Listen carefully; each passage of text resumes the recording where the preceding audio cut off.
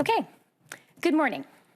Today, I'm announcing that Canada will be the first country to revoke Russia's and Belarus's most favored nation status as a trading partner under Canadian law. We are working closely with our partners and allies to encourage them to take the same step. Simply put, this means that Russia and Belarus will no longer receive the benefits, particularly low tariffs, that Canada offers to other countries that are fellow members of the WTO. Instead, Russia and Belarus will be subject to a tariff of 35% on their exports to Canada. The only other country that does not enjoy MFN status with Canada is North Korea. Last night, we also announced that Canada will sanction 10 executives from Rosneft, Russia's leading oil company, and from Gazprom, a major Russian state-owned energy company. This will bring the total number of people and entities sanctioned, or in the process of being sanctioned, by Canada since Russia's illegal occupation of Crimea in 2014 to more than 1,000. Comme nous le disons depuis le début de l'invasion barbare de l'Ukraine par la Russie, nous ferons tout ce qui est en notre pouvoir pour que le président Poutine, ses complices, ceux qui lui permettent d'agir ainsi, et l'économie russe paie le prix de cette grave erreur historique. Nous ne pouvons pas lui permettre de réussir et nous ne le ferons pas. Le président Poutine a choisi d'envahir une démocratie souveraine et s'en prendre à grands coups de masse à l'ordre international fondé sur des règles. Ce même ordre qui nous a permis de connaître une période de prospérité économique sans précédent. Les membres de l'élite financière russe peuvent croire que leur lien étroit avec les conseils d'administration et les yacht clubs d'Occident les protégeront. Mais ils ont tort. Nous ne laisserons pas les Russes et les institutions russes, qui sont centraux dans la kleptocratie déchue du président Poutine, jouir de cette prospérité dont les fondements mêmes sont menacés par eux. The G7 has already imposed the strongest sanctions ever inflicted on a major economy, on Russia, and more will follow in the days to come. The ruble has been down by as much as 30% this week. On Monday, Russia's central bank raised its benchmark interest rate to 20%. The Russian stock market is closed today for the fourth consecutive day. Moody's and Fitch have now downgraded Russian government debt to junk status. The economic costs of the Kremlin's barbaric war are already high, and they will continue to rise. Le Canada et ses alliés sont unis pour condamner le président Poutine et sa guerre d'agression. Et nous sommes unis dans notre soutien au remarquable peuple ukrainien qui résiste si courageusement à son insulte. Pour plus de détails sur le soutien que nous apportons au peuple ukrainien, je cède la parole maintenant à mon collègue, le ministre de Migration, des Réfugiés et de la Citoyenneté, Sean Fraser. Slava Ukraini. And Sean, now over to you. Thank you so much. Good afternoon or good morning, bon matin. Canada is ready to welcome Ukrainians fleeing Vladimir Putin's war, and there is no limit to the number of applications that we are going to be willing to accept. Le Canada accueillera les Ukrainiens qui cherchent à fuir la guerre de Vladimir Putin. The reason for our commitment goes beyond the historic ties between Canada and Ukraine. It goes beyond the cultural connections between our people. I can't help but think that centuries from now, historians will be writing of the courage on display in Ukraine today, from the fearless leadership of President Zelensky to the young fathers with tears in their eyes delivering their children to safety before they return to the front lines to fight in a war that they never wanted but know that they have to win, to the unarmed grandmothers confronting Russian soldiers, telling them that they ought to place seeds in their pockets so that sunflowers may grow while their bodies rest on Ukrainian soil. These are the stories of courage and the stories of heroes that are going to be told for generations to come. Ce qui justifie notre engagement à offrir un refuge aux Ukrainiens qui le cherchent, c'est qu'en s'opposant à la tyrannie et à l'oppression de Poutine, ils font progresser en Ukraine les valeurs démocratiques qui nous définissent en tant que Canadiens. We believe in the principles of sovereignty and territorial integrity of nations. We believe in the right of peoples to self-determination. These are the values that underpin the founding documents of the United Nations and form the basis of the international rules-based legal order that has helped deliver peace and prosperity to Canadians for the better part of a century. But if we fail to breathe life into these important texts by choosing not to defend the principles behind the documents when they are under attack, then they are worth no more than the paper on which they are written. That's why we're launching 2 new special programs for Ukrainians who want to come to Canada temporarily and for those who wish to stay. For those who need a safe haven while the war ravages their homeland, we are creating the Canada-Ukraine Authorization for Emergency Travel. Pour ceux qui souhaitent venir au Canada pendant que la guerre ravage le pays, nous avons créé l'autorisation de voyage d'urgence Canada-Ukraine. There will be no limit on the number of applications accepted under this stream. The primary motivation for this new program is that it provides the fastest way for us to start welcoming as many Ukrainians as possible and will allow them to stay for a period of up to 2 years. We're waiving most of the requirements that exist under a traditional visa. In order to qualify, individuals will need to complete a simple application form and provide biometrics for security and background screening. To help ensure this process can be executed in a timely way, we started moving biometric kits and other materials to the region in mid-January. This means that we have both the equipment and personnel in place to take biometrics in Warsaw, Vienna, and Bucharest, in addition to 30 other locations throughout Europe. We're ready to extend hours of operation and add more staff as needed, where needed. Everyone who arrives under this new stream will also be eligible for an open work permit or study permit that will allow them to take a job with any Canadian employer or enroll in an education program. Et comme annoncé précédemment, IRCC délivrera également des permis de travail ouverts aux visiteurs, travailleurs et étudiants ukrainiens qui se trouvent actuellement au Canada et ne peuvent rentrer chez eux. We'll also be waiving application fees to remove the additional financial burden for families. Any Canadian employer willing to hire Ukrainians may do so, and I encourage the Canadian business community to step up and do their part to help support those coming into Canada in their time of need. And I want to say thank you to the employers who've already reached out, saying that you want to do your part. I've heard from the Ukrainian Canadian community that many fleeing the violence will want to return to their homeland and to their families when the war comes to an end. I've heard that others, particularly those with family in Canada, may wish to stay. That is why we are also introducing an expedited path to permanent residency for Ukrainians seeking to reunite with family members who are already in Canada through a new family sponsorship program. C'est pourquoi nous introduisons également une voie accélérée vers la résidence permanente pour les Ukrainiens qui cherchent à réunir les membres de leur famille qui se trouvent déjà au Canada. This program will allow a wider circle of family members to be resettled in Canada compared to traditional family reunification streams. We're going to be working closely with members of the Ukrainian-Canadian community and the Ukrainian-Canadian Congress in particular to finalize the details of this new program in the coming weeks. More than a month ago, we also moved to implement priority processing for Ukrainians who wish to reunite with families, study, work, or start a new life here in Canada. Et depuis janvier, IRCC, plus de 6 000 Ukrainiens sont arrivés au Canada dans le cadre de divers programmes. Nous avons également lancé une ligne téléphonique dédiée à l'immigration et un formulaire de demande en ligne dédié à l'Ukraine, disponible au Canada à l'étranger pour répondre aux demandes d'immigration, afin que les demandeurs puissent obtenir de l'aide plus rapidement. Aux Ukrainiens qui sont prêts à donner leur vie pour défendre les valeurs auxquelles nous tenons, nous sommes à vos côtés. non seulement dans nos paroles, mais aussi dans nos actes.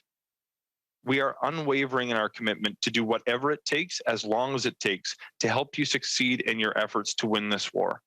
We will provide equipment to help defend your homeland. We will provide financial support to help stabilize your economy. We will impose economic sanctions on your oppressor. And today, we will offer safe haven to your families while you fight on the front lines of a war to defend your freedom from tyranny to the benefit of the entire world. Thank you. Merci tout le monde. Slava Ukraini. And I think it's over to the Minister of Defense, Anita Anand, now. Merci beaucoup, Chrystia and Sean. Good morning, bonjour tout le monde. It has been just over 1 week since Russia further invaded and brutally attacked Ukraine. 1 week of witnessing the horrific consequences of Putin's unprovoked war on innocent people, and 1 week of unshakable courage for our Ukrainian friends. While Putin's attacks have steadily intensified, so has our military support for Ukraine in coordination with our allies. We will leave no stone unturned when it comes to supporting our friends in Ukraine as they fight for their lives and their right to exist.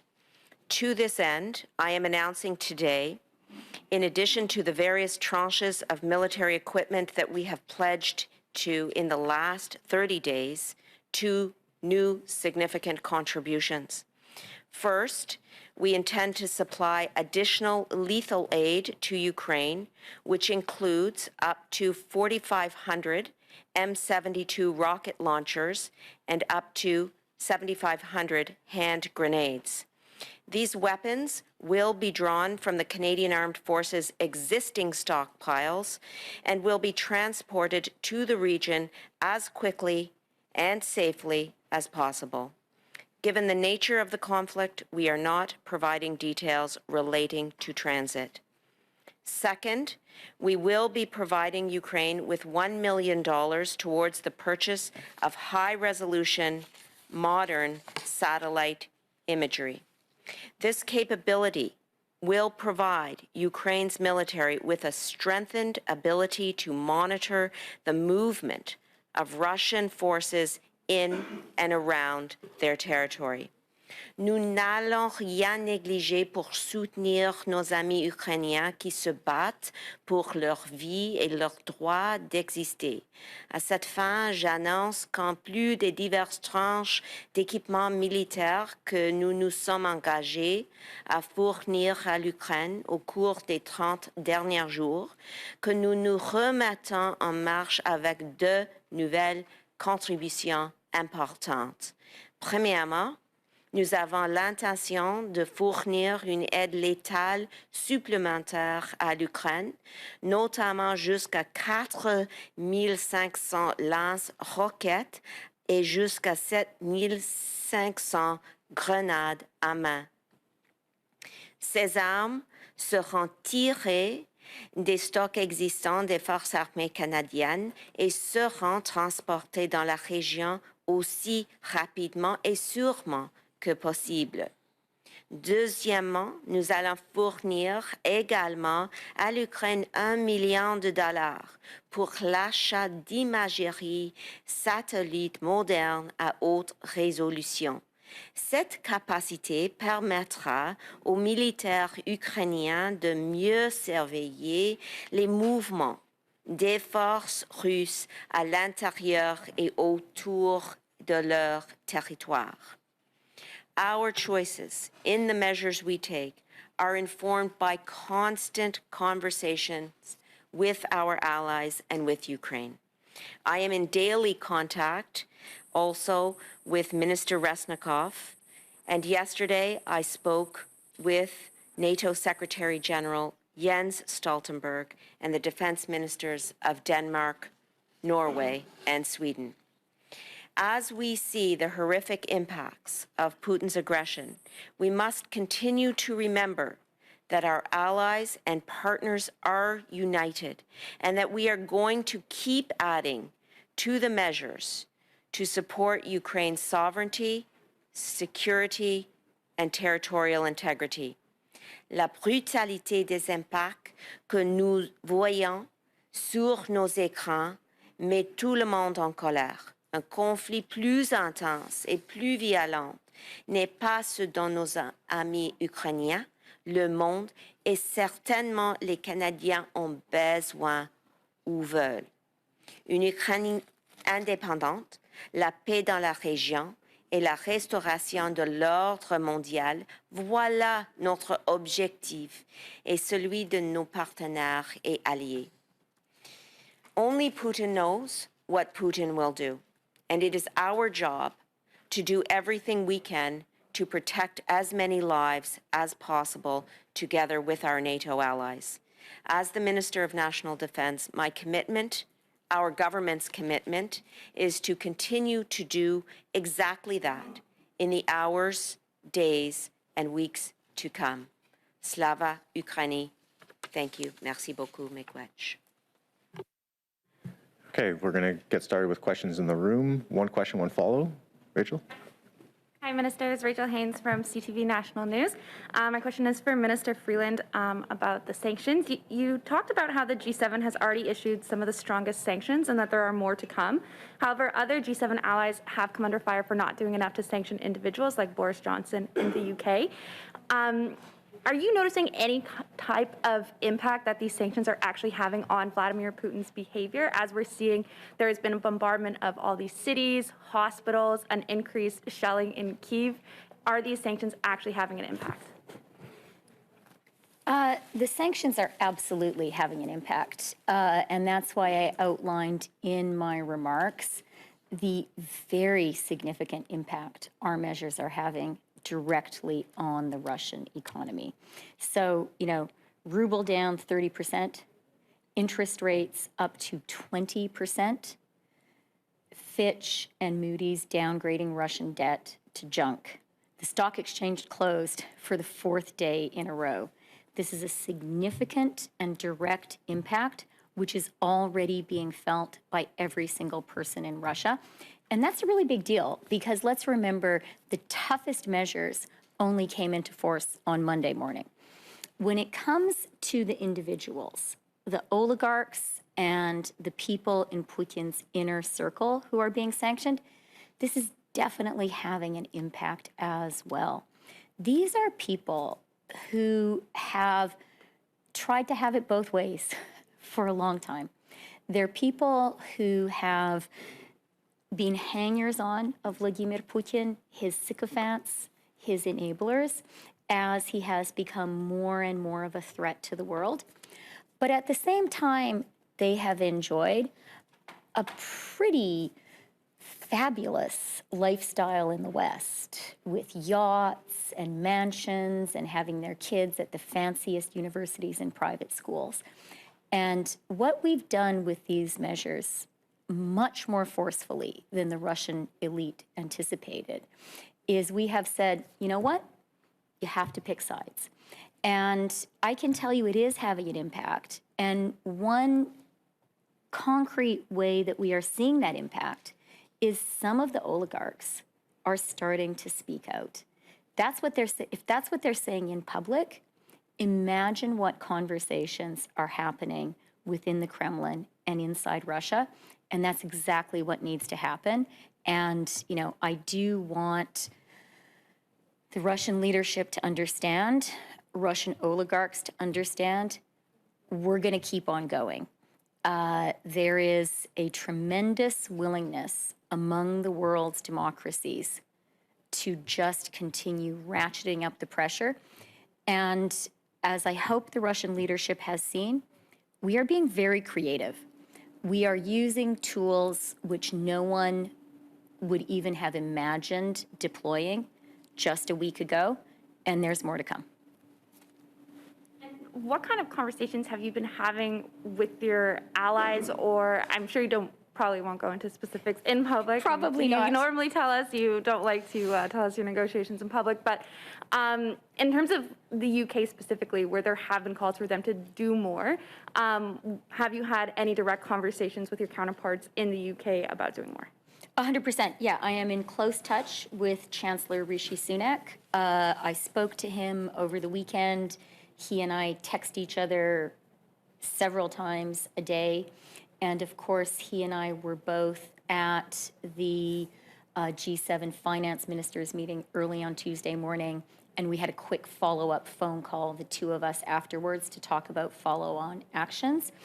I really believe, and I think we see this in the actions, that all of our G7 partners are extremely resolute and determined to continue ratcheting up the pressure. There is a real unity of will, unity of commitment.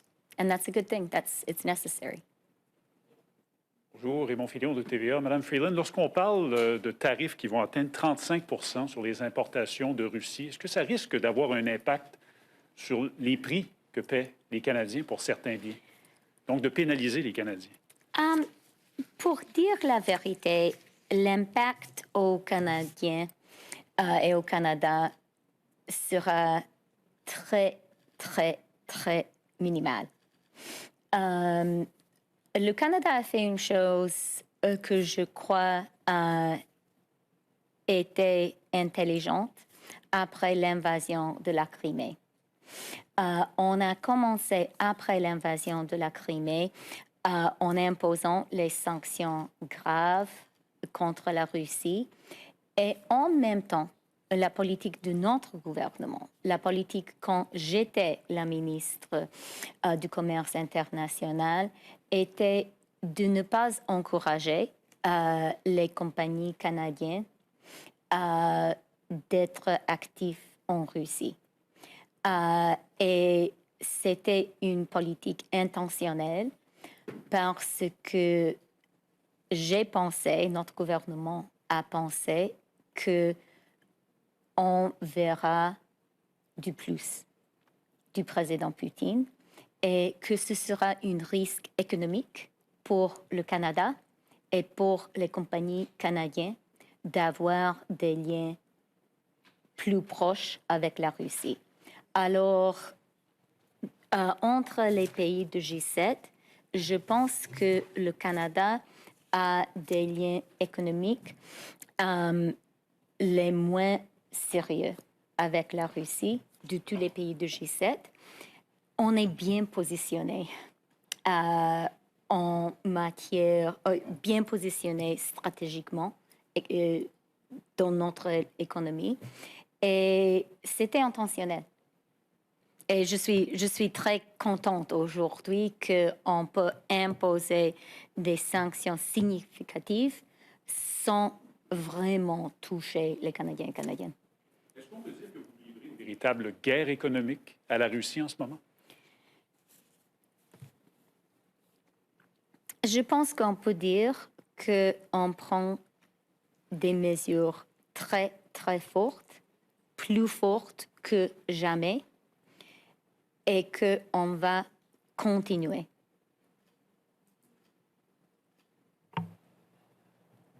Yasmine Mehdi avec Radio-Canada, je fais un peu du pouce sur ce que mon collègue dit. Bon, on vous entend depuis une semaine annoncer des sanctions, dire qu'on veut mettre de la pression sur Vladimir Poutine.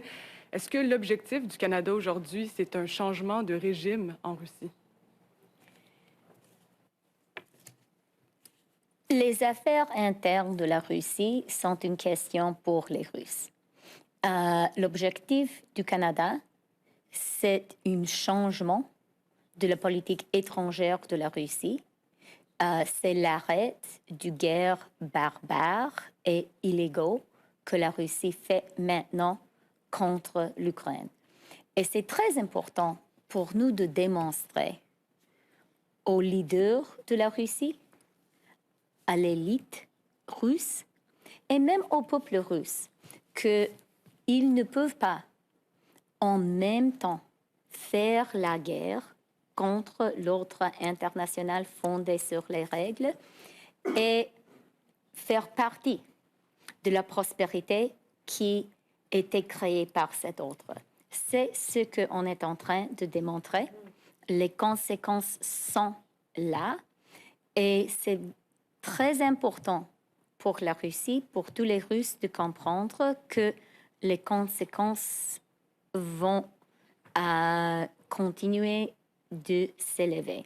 Et je veux aussi dire une chose, et c'est que il y a des gens dans la Russie qui ont commencé à critiquer cette guerre barbare. Et je pense que c'est important de respecter la position de ces gens russes. Ils sont vraiment courageux. Ce n'est pas une chose facile quand tu vis dans une dictature de critiquer ce que la dictature fait. Et je veux vraiment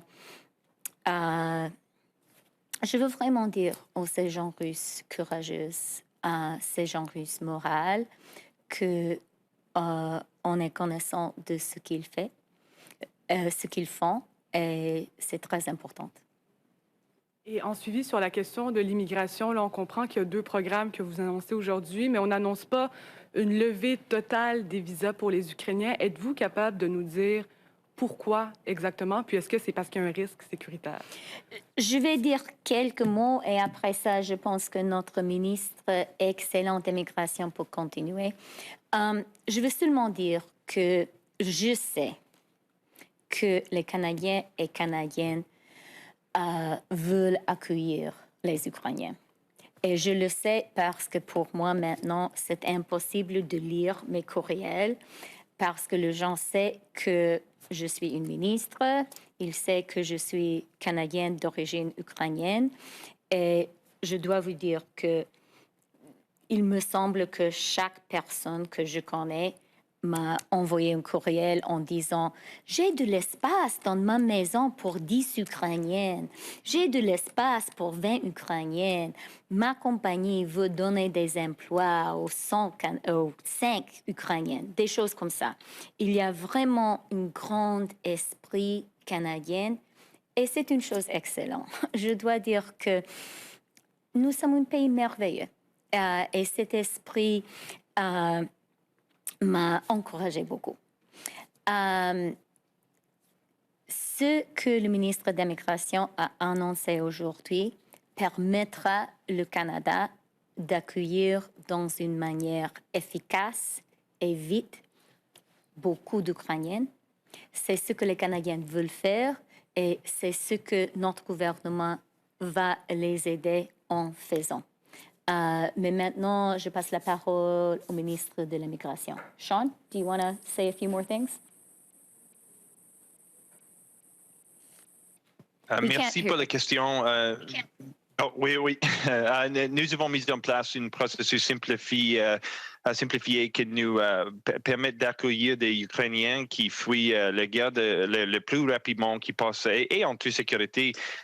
Just in English, look, let me first build upon the comments that Minister Freeland just shared. The first reaction was when my phone was blown up. I saw a text from my mom. Mom said she'd take 6. There are thousands of communities filled with moms like that, filled with businesses, filled with organizations that want to help. My primary motivation was speed. My first reaction when I saw that there was a potential influx of Ukrainians who would be seeking safe haven was to figure out what can Canada do? Can we offer a refugee resettlement process?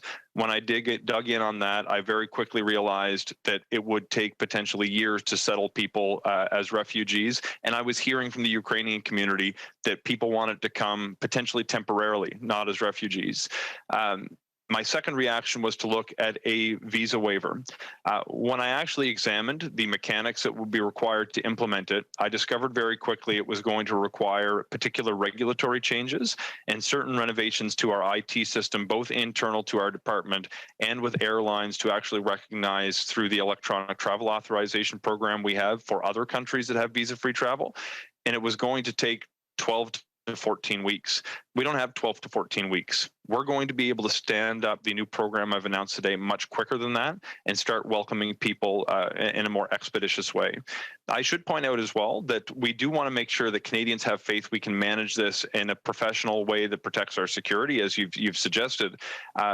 when we made the decision to welcome an unlimited number of applications, we also have to recognize that Canadians want to know that we're doing it in a responsible way. So those are the reasons, primarily speed, but also making sure Canadians have faith we're doing this in the safest possible way. I got to go to the Zoom line. I'm sorry, because if we can keep the answers tight, then we can maybe come back to the room, but I got to go to the Zoom. So first up is Stephen Chase, Globe and Mail.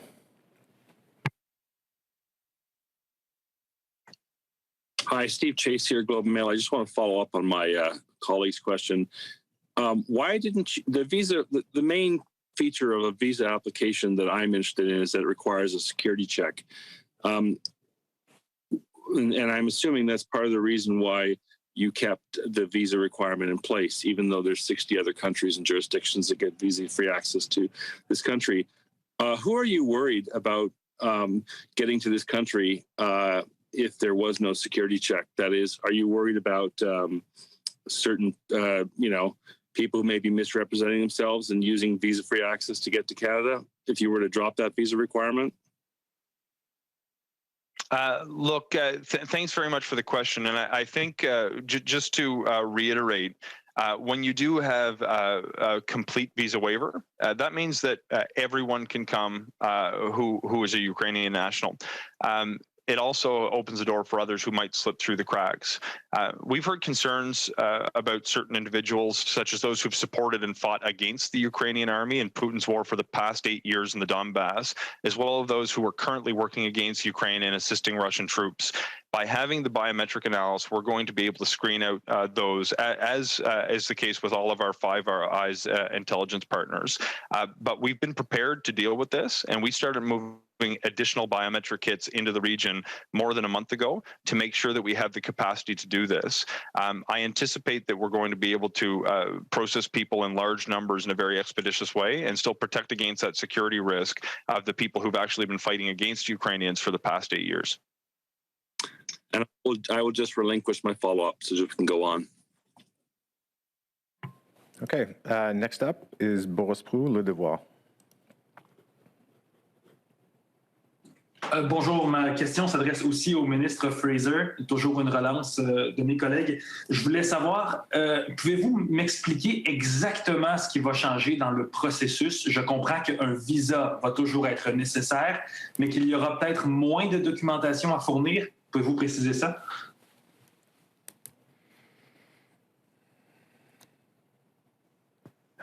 Oui, merci pour la question, and just pour vous êtes d'accord si je pose ma réponse en anglais, just because I want to get the details accurately. So there's essentially two things in the process that'll be required.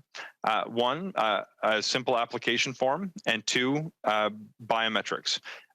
Normally, there would be additional documents that would be required, and we've tried to pull a program off the shelf similar to our temporary visa program and erode as many of the administrative barriers as possible so we can make it easier to get into the program and make it quicker to process. In addition, people will be eligible for an open work permit when they arrive. There will be no requirement for a labor market impact assessment. There will be no consideration of NOC codes. There will be no consideration of language requirements. You'll be able to work and study as part of this program after you arrive too. So we've essentially tried to look at our programs that allow people to travel to Canada and allow them to work, and paired off as many administrative barriers as possible. So you just need to submit the application form and then submit your biometrics, and then we can deal with other elements after you're in Canada to the extent it may be necessary. Merci. En suivi, est-ce que des demandes sous cette forme accélérée seront acceptées à partir d'aujourd'hui? Et combien le ministère prévoit quel nombre d'Ukrainiens devraient participer à ça ou faire des demandes selon le ministère?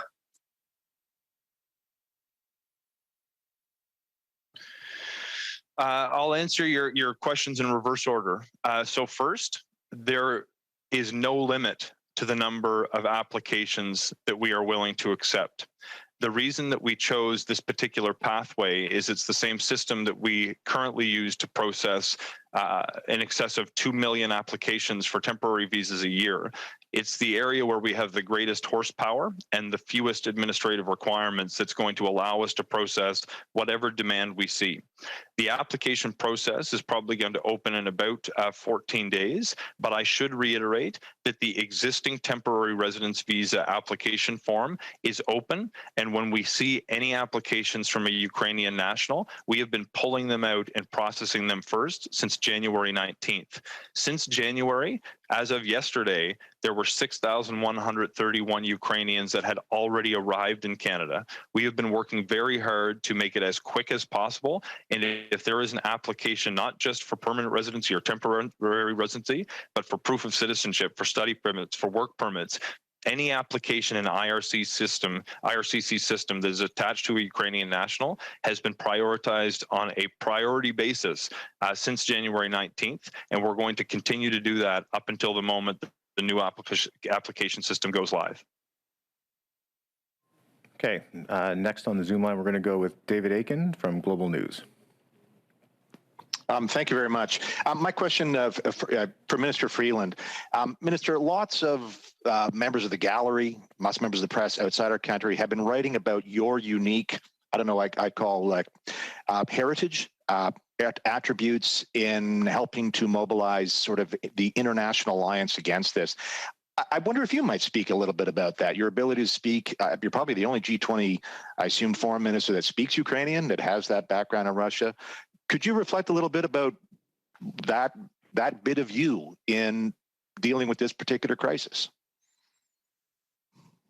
I don't really want to, David, because I think our focus should be on the really, really brave people of Ukraine. And I think they are the ones who have turned this around. You know, I think that when it turned out that Western deterrence efforts hadn't worked, and when Putin launched his barbaric attack on Ukraine a week ago, just over a week ago, the sort of mainstream expert prediction was that Ukraine would fall, and it would fall very quickly. And the Ukrainians proved everybody to be wrong, starting with President Zelensky. And I think it's going to go down in his historic line, "I need ammo, not a ride." And what we are seeing across Ukraine is a very, very determined people who have decided they're willing to fight and die for democracy and for freedom. And I think that incredibly brave, incredibly spirited resistance has inspired the West. I think the Ukrainians are the leaders now. And, you know, I think you could say maybe the Western democracies, maybe we were kind of losing our mojo. You know, we were getting a little bit cynical about whether democracy really works.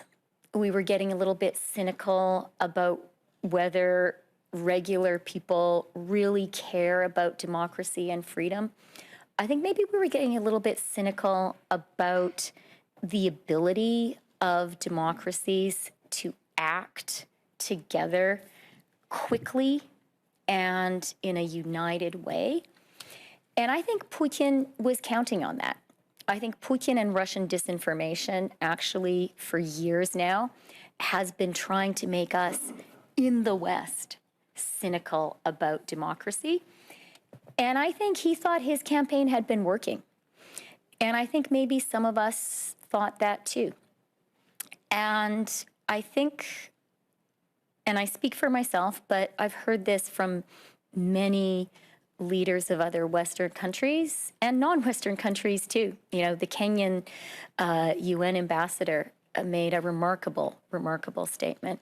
And I've heard it from lots of Canadians. I think seeing the Ukrainians stand up and say, we may be smaller than you, you may have a fierce army that is bigger than ours, but we will not submit.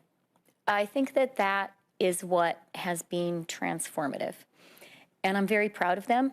I'm very inspired by the people of Ukraine. And I think the whole world is. Thanks for that. Maybe a quick follow-up. I wonder if you could speak to what I'll call the arc of international enthusiasm to apply sanctions. We saw it was a little slower maybe to get everybody with the SWIFT, some of the banking actions. Today you've announced revoking most favored nation status by Canada. Would you expect our international partners to be enthusiastic about implying that? Yeah. You know, David, one of my favorite lines in literature is Ernest Hemingway's line about someone going broke. And he talks about how it happens gradually, then all of a sudden. And I think in human affairs, certainly in geopolitics and in domestic politics, you sometimes reach a tipping point. And when you reach that tipping point, things that were previously impossible become possible.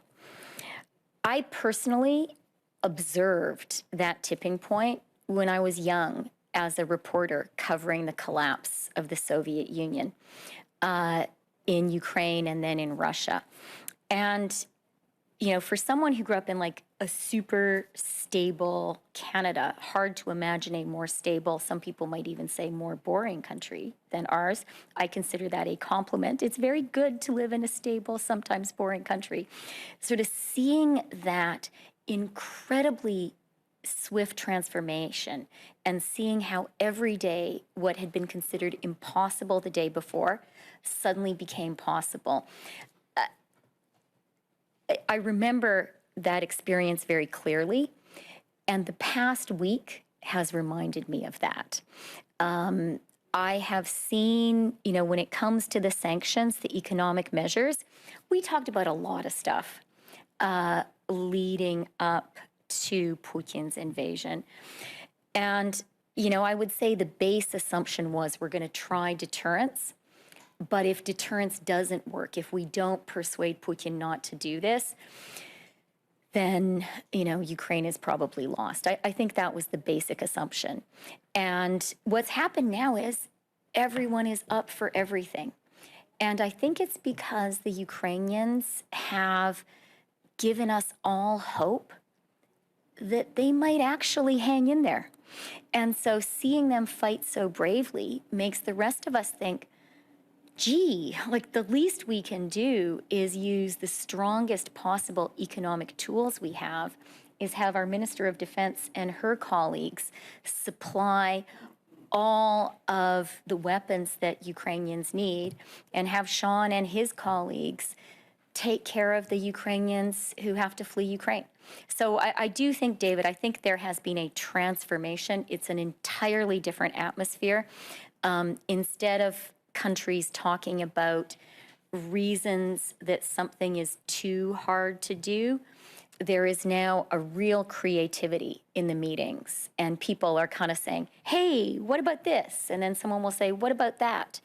And I think that you are seeing that in this sort of constant introduction of new measures.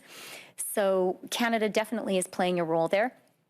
I would say other countries have recognized that we have a certain Ukraine and Russia expertise. And so we're definitely part of the brainstorming. And, you know, watch this space. There's a lot more to come. And maybe the final thing I'll say is it's not just about government leaders at this point. The other thing that has happened, which I really welcome and encourage, is we are seeing a lot of companies stepping up and saying, I just don't want to do business with Russia anymore. And I think that's great as well. Okay, we got time for one more. I'm going to come back to the room. So sorry to everybody on the Zoom line, but I'm going to come back to the room. David, you're going to get the last question here, CBC.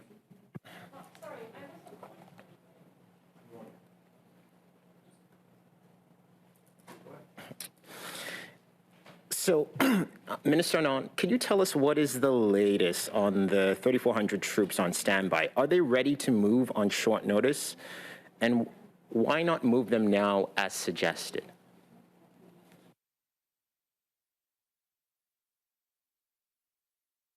David, the 3,400 troops are part of the pledges that Canada makes to NATO and made to NATO in January when we were foreseeing that a further Russian invasion may indeed be possible.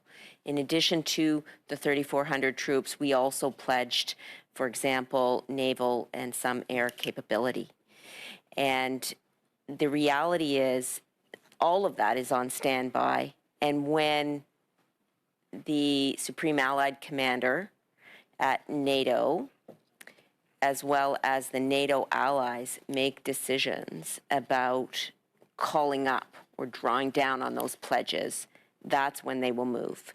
They are on high readiness alert, as they must be in case our NATO organization calls upon our country in this way, but they are not moving at the current time, and we will wait until we hear from the Supreme Allied Commander of Europe in NATO to make that decision.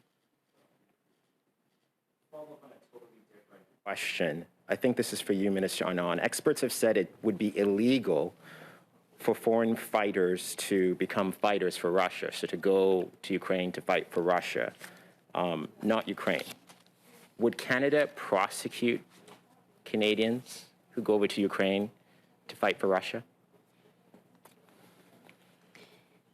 Well, I'll start and I'll hand the floor over to the Deputy Prime Minister. Of course, we understand Canadians' desire to join our Ukrainian friends to fight. Our role as a federal government is to ensure that we are providing accurate information to all of our citizens relating to security situations around the world.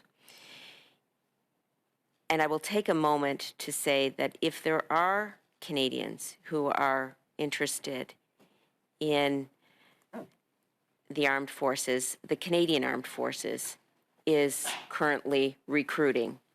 And we would very much welcome applications from across the country to the Canadian Armed Forces, where we have had a training mission in Ukraine since 2015 and have trained over 33,000 Ukrainian soldiers. So I would say at this time, the legalities of the situation reflected in your question are indeterminate at this time.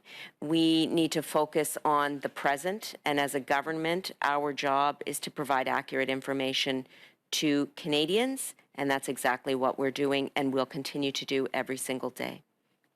Chrystia? Okay, Anita, so I will just add, first of all, it is wonderful to have an esteemed lawyer and former law professor as our Minister of Defense in this time. I think your question was about people who fight on the Russian side. And I'm sure people know that our colleague, our Foreign Minister, Mélanie Joly, announced in Geneva this week that Canada will petition the ICC against Russia for crimes against humanity and war crimes. We are very clear that this war is illegal, and Canada will take a very appropriately severe view of anyone who is fighting this war. I do want to say something I've been hearing from Ukrainians, actually, people in the Ukrainian government, is how sorry they feel for some of the Russian recruits who are fighting there.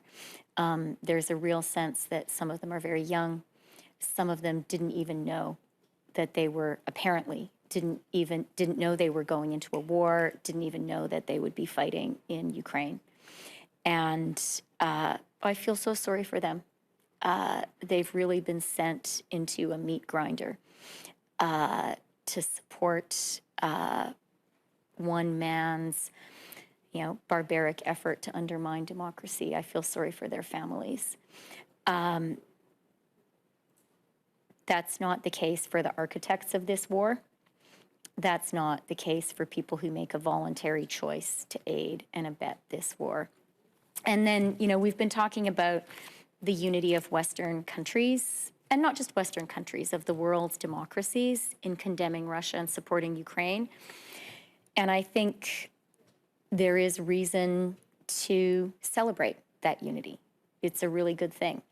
But I think in conclusion, it's worth it for all of us to remember how costly in terms of human lives, devastated families, cities, neighborhoods, this war has already been.